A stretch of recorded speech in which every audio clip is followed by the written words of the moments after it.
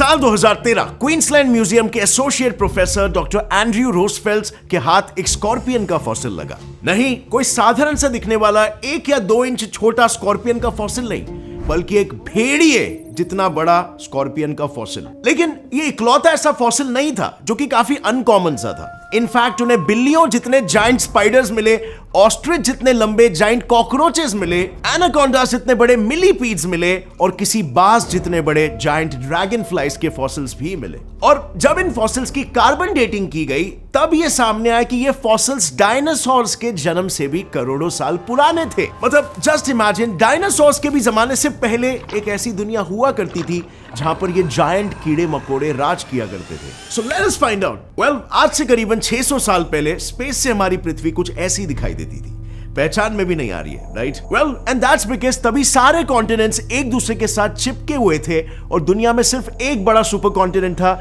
जिसका नाम था पेनोटिया सुपर कॉन्टिनेंट। ये मैं पैंजिया से भी पहले की बात कर रहा हूं। अब at the same time internally पृथ्वी पर जमीन पूरी तरीके से बंजर थी, ना कोई जानवर, ना कोई पेड़, ना जीवों को जिंदा रहने के लिए एक परफेक्ट एटमॉस्फेयर। उस वक्त हमारे पृथ्वी के पास एक एटमॉस्फेयर तो था, एक रूडिमेंट्री, एक बेसिक सा एटमॉस्फेयर, लेकिन उसमें ओजोन लेयर लैक हो रहा था और इसी वजह से यूवी रेज डायरेक्टली अर्थ में पेनिट्रेट कर पा रहे थे। और अगर कुछ लाइफ फॉर्म क्रिएट होने की कोशिश भी कर रही थी, जन्म लेने की कोशिश भी कर रही थी, तो यूवी रेस उसे हार्म करके, डैमेज करके उसे डिस्ट्रॉय कर दे रहे थे। बट बायोलॉजी में जैसे हमेशा कहा जाता है कि life always finds a way to proliferate, उसी तरीके से हमारे पुराने अर्थ में भले लैंड में लाइफ पॉसिबल नहीं था, लेकिन पानी में तो था। और पानी में स्लोली करके लाइफ डेवलप होने लगा in the form of amoeba और बाद में जाके थोड़ा मोर कॉम्प्लिकेटेड फॉर्म यानी कि algae. And now, as we all know, algae एक typical plant है और वो एनर्जी प्रोड्यूस करने के लिए एक ही टेक्निक को यूज करता है, which is yes, photosynthesis. So simple, जैसे कि हमें पता है फोटोसिंथेसिस का बाय प्रोडक्ट होता है ऑक्सीजन। अब जैसे जैसे पानी में एल्गी फॉर्मेशन का रेट बढ़ते जाएगा वैसे वैसे ही ऑक्सीजन लेवल्स भी इंक्रीज होने लगेंगे। और अब क्योंकि पानी के मुकाबले ऑक्सीजन गैस लाइटर गैस है और इसीलिए वो ओशन सरफेस से एटमॉस्फेयर में मिक्स होते गया और धीरे धीरे वक्त के साथ साथ लाइफ इवॉल्व होती गई। इस प्रोसेस से single celled organisms multi cellular organisms में तब्दील हो पाए और देखते ही देखते आज से कुछ 530 मिलियन ईयर्स पहले हमारी दुनिया के ओशंस बहुत सारे डिफरेंट लाइफ फॉर्म्स से काफी कम टाइम में ही भर उठे, जैसे कि arthropods, molluscs, worms, sponges, echinoderms, Pikaia, Anomalocaris, Wiwaxia, Hallucigenia etcetera, जिसकी वजह से रिसर्चर्स ने इस पीरियड को नाम दिया द कैम्ब्रियन एक्सप्लोजन। ये एक ऐसा पीरियड था जब इस पृथ्वी पर शिकार और शिकारी दोनों का जन्म हो चुका था और इसी के साथ ही एक फूड चेन भी एस्टैब्लिश होना शुरू हो गया।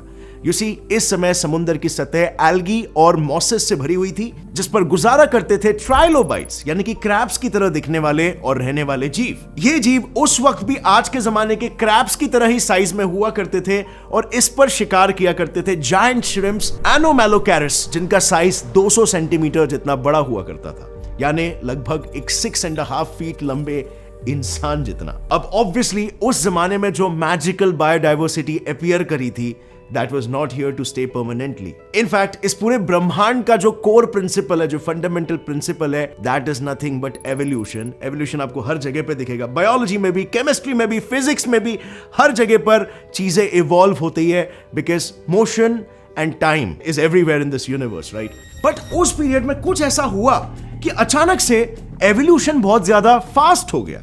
I mean, वो जमाने में भी एवोल्यूशन हो रहा था और आज भी हो रहा है, लेकिन आज के कंपैरिजन में वो एवोल्यूशन बहुत ही ज्यादा फास्ट होने लगा।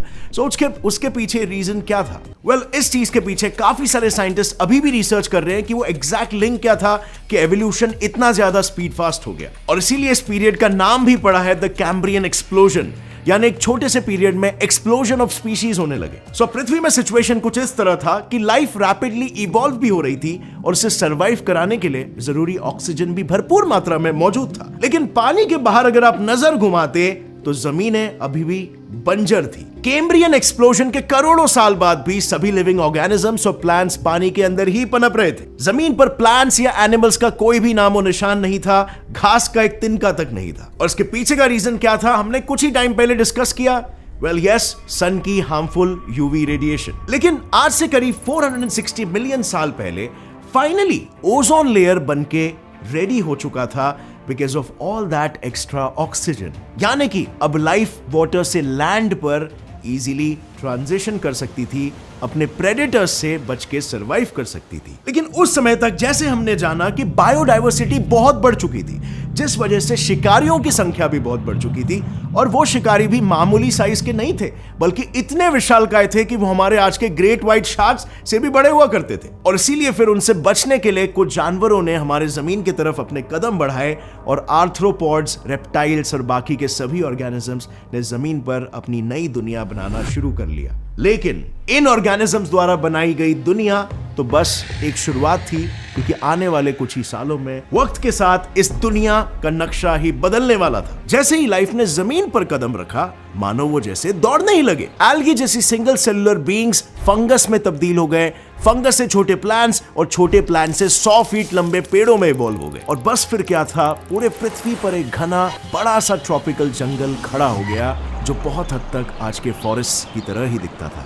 इस पीरियड को रिसर्चर्स ने नाम दिया द कार्बोनिफेरस पीरियड। अब इस पीरियड का नाम सुन के अगर आपको ये लग रहा होगा कि it is somehow related to carbon, well then you are right. See, इस समय तक ट्रीज और प्लांट लाइफ फॉर्म हो चुकी थी, पर जैसे हम सब जानते हैं, अगर कोई भी चीज जन्म लेती है तो उसका अंत होना भी तय होता है। और वैसे ही ट्रीज तो बढ़ रहे थे, पर एक समय के बाद वो मर भी रहे थे। लेकिन बस प्रॉब्लम ये थी कि इन ट्रीज के मरने के बाद उन्हें डिकम्पोज करने वाले बैक्टीरिया अभी तक इवॉल्व ही नहीं हुए थे, जिसकी वजह से इन मरे हुए पेड़ों पर वक्त के साथ मिट्टी की परत जमा होती गई और पेड़ जमीन के और नीचे नीचे धंसते गए। और फिर जितने वो नीचे धंसते गए, टेम्परेचर और प्रेशर बढ़ता गया, और कई सालों के हाई प्रेशर और टेम्परेचर्स के बाद ये ट्रीज कोल में कन्वर्ट हो गए। यस, बेसिकली आज हम जिस कोल की मदद से एनर्जी जनरेट करते हैं, वो इस पीरियड में, मतलब आज से 358 मिलियन साल पहले मरे हुए पेड़ों के फॉसिल्स हैं। और सैडली हम इस फ्यूल को भी ऑलमोस्ट खत्म ही कर चुके हैं। पर लकीली इनमें से कुछ पेड़ कोल में कन्वर्ट हुए ही नहीं, और उनके फॉसिल्स रिसर्चर्स के हाथ लगे, जिन्हें स्टडी करने के बाद ये सामने आया कि करोड़ों साल पहले मिले हुए फॉसिल्स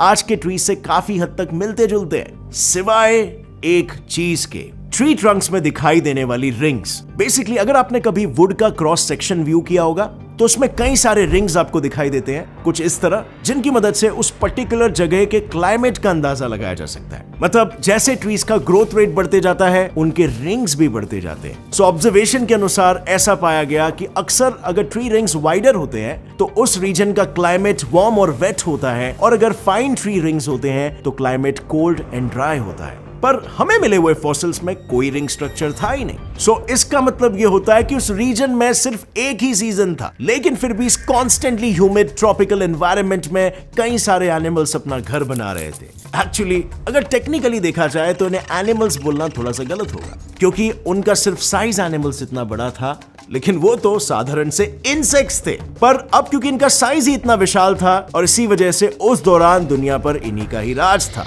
अब एग्जाम्पल के तौर पर इस मिलीपीड को ही ले लो। पिक्चर में भले ये छोटा दिख रहा होगा, लेकिन इसका साइज एक घोड़े जितना बड़ा हुआ करता था। एंड नॉट ओनली दिस, उस समय के giant dragonflies known as Meganeura amphibians और वर्टिब्रेट्स का शिकार किया करते थे। इनफैक्ट वो उस समय के दूसरे छोटे इंसेक्ट्स को भी अपना शिकार बनाते थे, और इनका साइज और वजन भी एक कौवे जितना बड़ा हुआ करता था। अब क्योंकि इनके पहले हमें कोई जानवर नहीं मिला जो उड़ सकता था, तो ऐसा एज्यूम किया जाता है कि शायद कि यही वो सबसे पहले जीव हुआ करते थे जो उड़ सकते थे। और अब मैंने शायद इसीलिए यूज किया क्योंकि अभी भी डिस्कवरीज जारी है, यानी हो सकता है इसके पहले भी उड़ने वाले जीव मौजूद हुआ करते थे जो अभी तक हमें नहीं मिले। But now ironically tables have turned. आज यही ड्रैगन फ्लाइज इन एम्फिबियंस और वर्टिब्रेट्स के शिकार हुआ करते हैं। मानो जैसे समय का पहिया चलता है तो वक्त बदल जाता है, बट एवोल्यूशन की भाषा में इसे कहेंगे the survival of the fittest, right. और अब जैसे कि मैंने शुरू में बताया था, रिसर्चर्स को इस पीरियड के फॉसिल्स में 1 मीटर लंबे स्कॉर्पियंस का भी फॉसिल मिला है।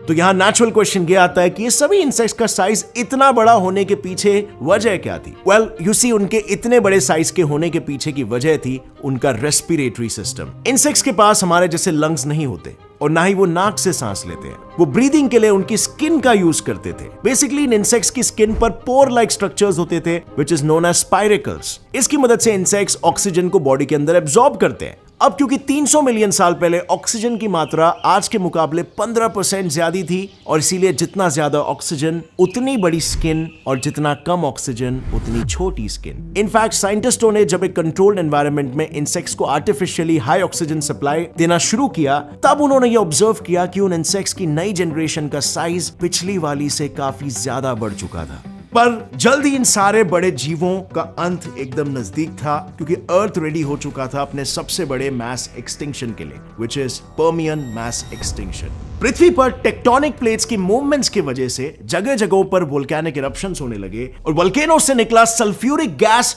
एटमॉस्फेयर में घुलने लगा, जिससे कि पूरी दुनिया पर सल्फ्यूरिक एसिड की बारिश होने लगी। इसकी वजह से एटमॉस्फेयर में कार्बन का लेवल बढ़ते गया और ऑक्सीजन लेवल कम होते गए और अब ये तबाही इतनी विशाल थी कि इसमें दुनिया के 95% ऑर्गेनिजम्स विलुप्त हो गए। दुनिया फिर एक बार मानो बंजर सी हो गई और जितने भी जीव बचे थे वो समय के साथ साथ एटमॉस्फेयर में ऑक्सीजन की मात्रा कम होने की वजह से उन इंसेक्ट्स का साइज भी छोटा होते चला गया। सो अब यहां पर हमें एक पैटर्न कंसिस्टेंट नजर आता है। दुनिया में जितने भी मैस एक्सटिंक्शंस हुए उन सभी एक्सटिंक्शंस में जो बड़े जीव हैं उनका अक्सर खात्मा हो जाता है, लेकिन जो छोटे जीव होते हैं वो अक्सर बच जाते हैं, क्योंकि वो कहीं ना कहीं छुप जाते हैं या फिर वो अपनी एक अच्छी सी इकोसिस्टम ढूंढ लेते हैं। और ऐसा ही कुछ उस वक्त भी हुआ।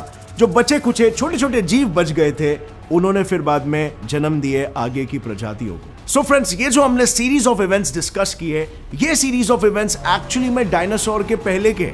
सो इमेजिन करो अब तक डायनासोर्स भी नहीं आए और पृथ्वी पर कितना कुछ हो चुका है लाइफ को लेकर। अगर इस वीडियो से आपको कुछ भी नया सीखने मिला, एक लाइक जरूर ठोकना। See you next time friends, till then as always stay curious, keep learning and keep growing. जय हिंद।